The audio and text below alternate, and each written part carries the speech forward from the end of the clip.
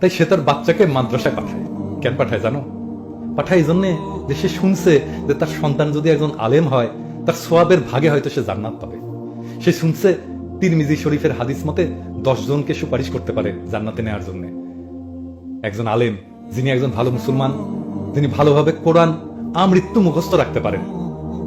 তাই বাংলাদেশের সাধারণ মানুষ মনে করে খোদা তাআলা হয়তো দয়া করবেন, হয়তো তার ছেলের সোয়াবে পুলসিরাত পার হয়ে যাইতে পারবে। বাংলাদেশের সাধারণ মানুষের জীবনে তাই কোরআন শরীফ এত আদরের, মহানবী সাল্লাল্লাহু আলাইহি ওয়াসাল্লাম এত আদরের। তাই সে মাদ্রাসার ওই ছোট ছোট সলবল ওদের মহব্বত করে ডাকে, কি জানো কি বলে ডাকে? কোরআনের পাখি। আর সেই মাদ্রাসার বাচ্চাদের তুমি পাখির মতো গুলি করে মারছো। তুমি ছাত্রদের ওস্তাদদের জেলে দিছো।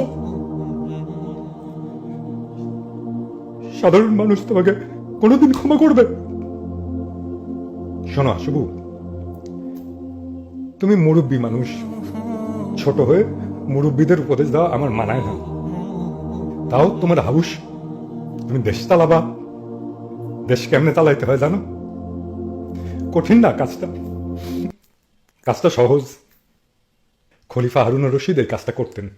তিনি ঘুরে ঘুরে দেখতেন তার রাজত্বে সবচেয়ে দিনহীন কে, সবচেয়ে দরিদ্র কে, সবচেয়ে কাতর লোকটা কে। খলিফা তার সমস্ত শক্তিকে ও সবচেয়ে দুর্বল মানুষটার জন্য নিয়োগ করতেন। অথচ তুমি দেখো, তুমি দরিদ্র মানুষদের যে ঘরটা দিলা, সে ঘরটা ভেঙে পড়ল। বানাইছো, মেলা গর্ব করছো সেগুলো নিয়া, কিন্তু একদিনেও সে ঘরগুলায় ঢুকছিলা তুমি? ঢুকো নাই তো।